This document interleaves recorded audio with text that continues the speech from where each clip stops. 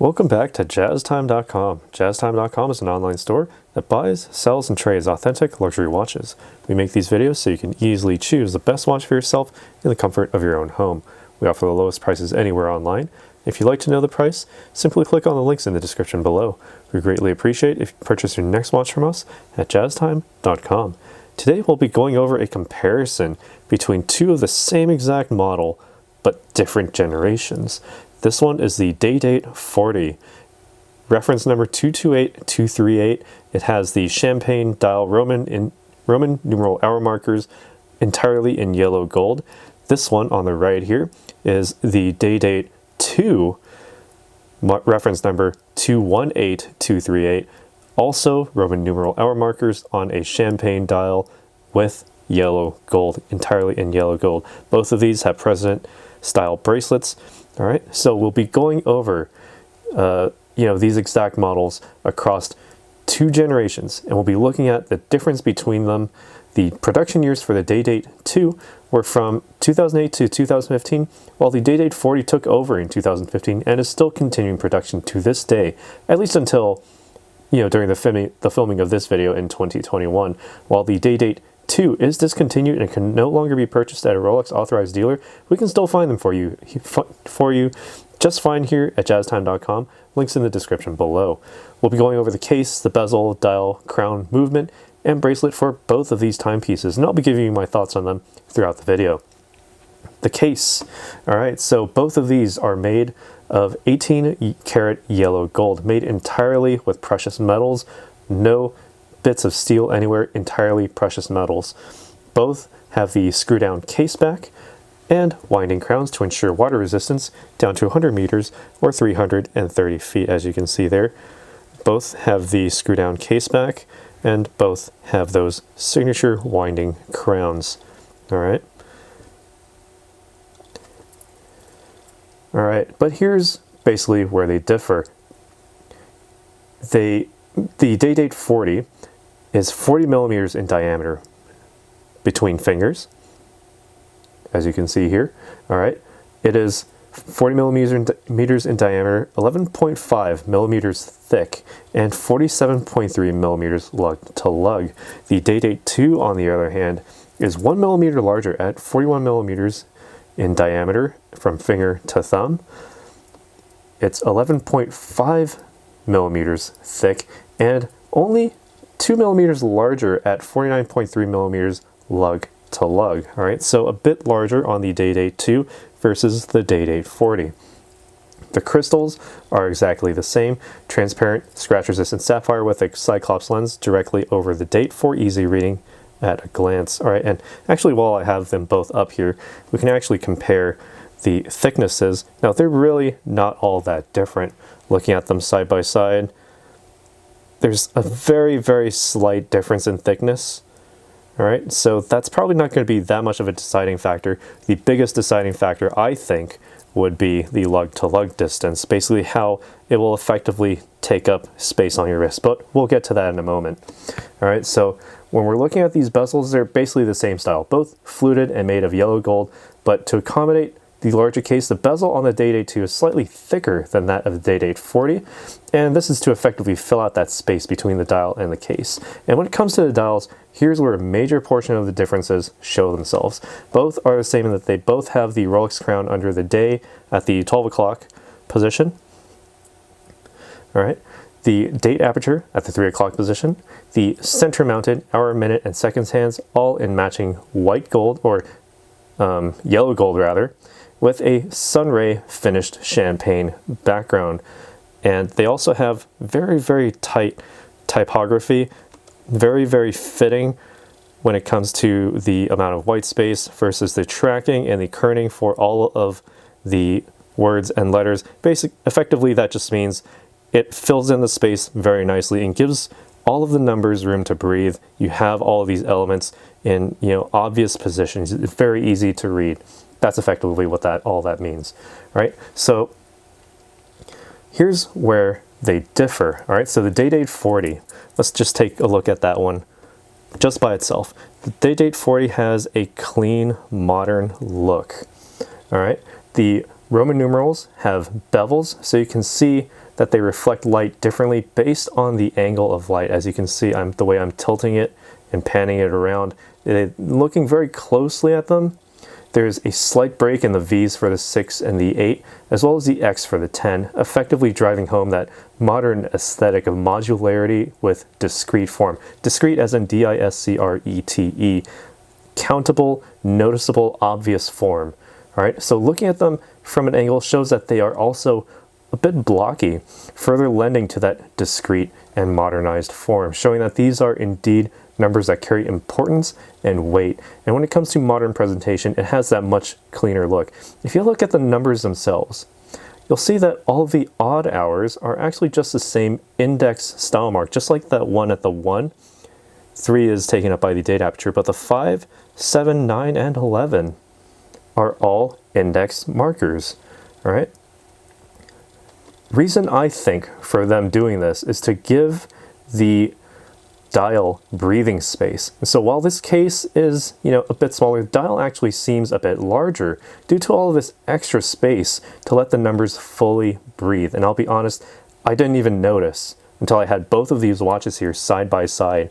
And finally, the minute and second track along the outermost perimeter of the dial actually shows regular indices. It's really hard to actually get it to show up there, but if you look, okay, there we go, perfect angle. If you look at the minute and second track along the outermost perimeter there, you'll see that there's regular pattern of the index markers, but the ones for the hours are slightly thicker. And that slight difference, subtle yet still noticeable presentation of hours on the track, all right? So we've gone over literally everything about this dial, all right? Now back to the day date, to the legacy model here, all right? Also Roman numeral hour markers, but it has a different feel, different overall aesthetic. The hour marks on this one are all sort of that Art Deco style of Roman numerals, complete with serifs. Now, what are serifs? Serifs are those little feet at the bottom and at the top of the 1 and 2. So they give the numbers a base on which to sit, and those extra little those little feet at the very ends of all of the little stems there for all of these numbers. Look up, just typography, and you'll find out what serifs really are. All right.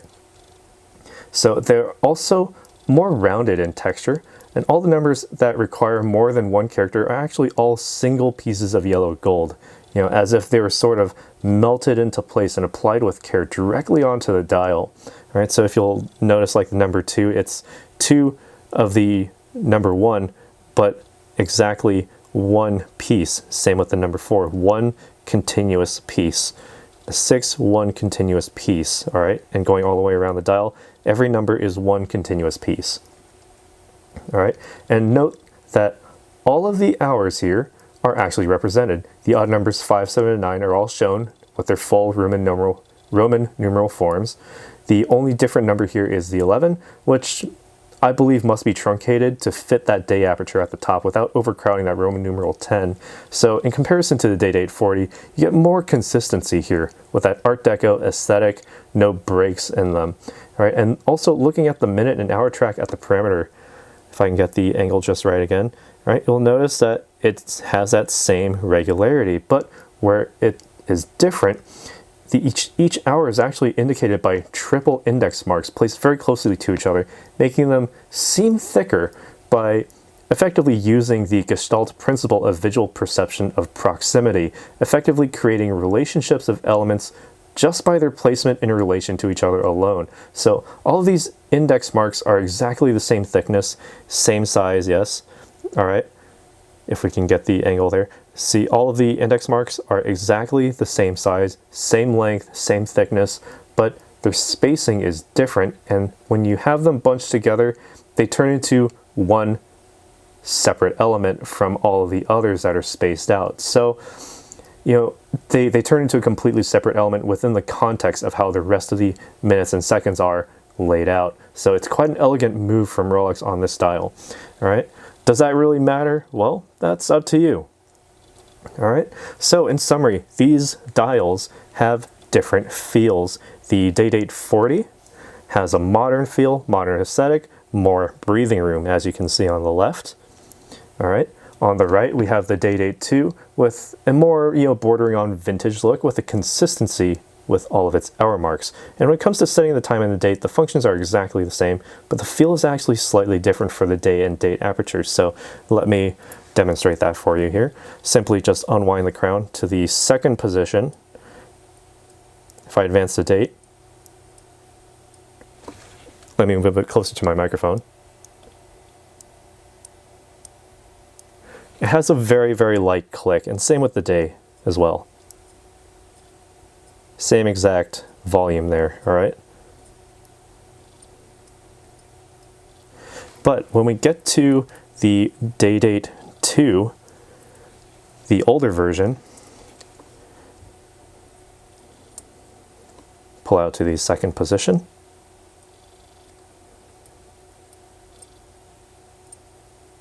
Let me move it closer to my microphone. All right, so it's a bit louder, more clicky. The day is about as quiet as that of the Day-Date 40, but that's really not too much of a difference. But when it comes to setting the date, it also has an almost haptic feedback. You can almost feel it switch. So it's got sort of that, sort of like a mechanical feedback where you can actually feel it changing, all right? So I don't know if that really matters to you, but that's certainly one thing to look at. And also, another thing I didn't point out, when it comes to looking at these side by side, the Day-Date 40 on my left is actually a bit easier to read within its day and date apertures. The Day-Date 2 actually has slightly darker day and date aperture backgrounds. Let me zoom in a bit close there.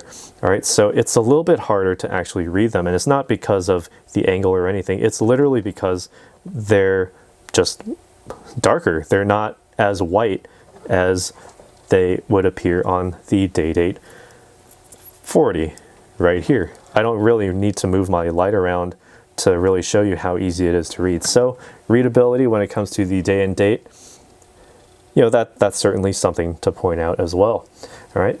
And when it comes to the movements in these watches, they're also very similar with only a very, very small key differences. The Day-Date 40 on my left has a 3255 caliber, while the Day-Date 2 on my right has the Legacy 3156 caliber. Both are rated with a plus or minus 2 second time differential per 24 hours, still exceeding Swiss standards of timekeeping. Both are perpetual, mechanical, and self-winding timepieces, so you only really need to wind them once fully to continue winding them throughout the day. The natural movement of your wrist will, basically keep them wound. All right, the oscillators both contain high-performance Paraflex shock absorbers and a Parachrome blue hairspring to prevent electromagnetic interference, keeping the movement consistent in nearly any condition. Now, the power reserve is where these mainly differ. Day-Date 40 has a 70-hour power reserve, while the Day-Date 2 only has 48 hours of power reserve. But if you wear either of these daily, you probably won't tell the difference. You'll only really get about an extra day off with the Day-Date 40 on my left. All right, so when it comes to these bracelets, let me zoom out here a bit. All right, so when it comes to these bracelets, they're effectively the same. They're both president-style bracelets with the concealed folding crown clasp. All right, so I'll just demonstrate on one of these how to open it, as this is a common question. How do you open this clasp? Well, just simply get your finger underneath the top of the crown, maybe your nail, just lift it, and there you go. Easy as you like, all right? It also shows those hallmarks on the bracelet as well, much like the hallmarks that you'd see underneath the case to show that, it is indeed precious metals, in this case, yellow gold, all right? Same process, same exact process goes with the Day-Date 2 here. Just lift the top of the crown, open it up, you'll see the hallmarks, same exact ones as you'd see under the case as well, all right? So nothing different there, but just showing that they're effectively the same. All right, so while we're here, we can actually try them both on. Now, I don't expect there to be too much of a difference, but that lug-to-lug width, or lug-to-lug distance rather, the height, is kind of a deciding factor when it comes to fitting a watch nicely. All right, so on the wrist, 7.25 to 7.5 inches. I do have a little bit of extra space here, so keep that in mind. It's not a snug fit, but it's pretty close. But when it comes to the sizing, this at 41 millimeters fits very, very large for me. I would personally go with something like a 36 millimeter because I would get more ratio of case to bracelet, or a smaller ratio of case to bracelet, bigger ratio of bracelet to case. All right. But that's not to say that, this isn't bad, because it does have that wrist presence, all right? So it's not too heavy, not too light either, because this whole bracelet gives an excellent counterbalance to the case, all right? And now switching on over to the Day-Date 2, all right, Roman numerals there. All right, this actually feels a bit heavier, and that, I believe, is attributed to that just 1 extra millimeter in diameter, those 2 extra millimeters in the lug to lug distance, and so it gets, you certainly get what you pay for in terms of just the sheer amount of gold that you get in this, right? It does feel a bit heavier, but it does have that same sense of wrist presence. Now, keeping these away from each other, just looking at them on their own, they effectively look the same on the wrist. They take up about the same amount of wrist space, same amount of wrist presence, all right? So really, when it comes down to it, you'll only really see these differences side by side. And let's be honest, when I started this video, did you even notice that the Day-Date 40 did not have Roman numerals for 5, 7, and 9? You may not have, all right? Until I actually pointed it out. All right, so anyway, what are your thoughts on these two? Note that, we basically went over every single aspect about these two timepieces. So, which one is right for you? Would you go with the modern look with more breathing space, or would you go with the legacy look, the one that has, perfect consistency all the way around, and a little bit cerebral, actually, with that use of Gestalt visual perception, all right? Let us know what you think. Does the power reserve change your decision, or does it really not matter to you? All right, let's get a discussion going down in the comments. And maybe we can probably ask, where's Rolex going to take their next Day-Date model? And what do you think it'll look like? I'm actually pretty curious myself. So leave a comment down below. Be sure to like and subscribe. Hit that bell notification so you can be notified when we go live with another video. And if you want to purchase either or both of these watches, or just about any other watch, visit us in our online store at jazztime.com. Links in the description below. If you want to find out more about the watch you just saw in the video, you can just click below on Show More to see the full description. Then you can check the link next to model as seen in video, click on it, and you will get to the proper page where you can see all the details. If you're watching on a mobile phone, you have to click on the arrow down on the right hand side below the video to see the full description. If you like this video, please give us a thumbs up. If you would like to share this video with your friends, you can use the share button below and share it on any platform you like. If you have questions, constructive feedback, want to tell us about some mistakes or misspeaks, just write a comment below. If you want to see more videos like this, you should subscribe to our channel and visit our channel page where you can find all the videos. And if you're interested in a specific watch brand, you can check out our playlists. If you want to check the price for a watch or want to buy one, remember at jazztime.com you always get a steep discount, so you should check the prices with us. If you want to know the price for a specific watch, just go to Google, type in JazzTime, plus the brand, model, and the details you're interested in, and Google will find the right page for you. Thank you for watching.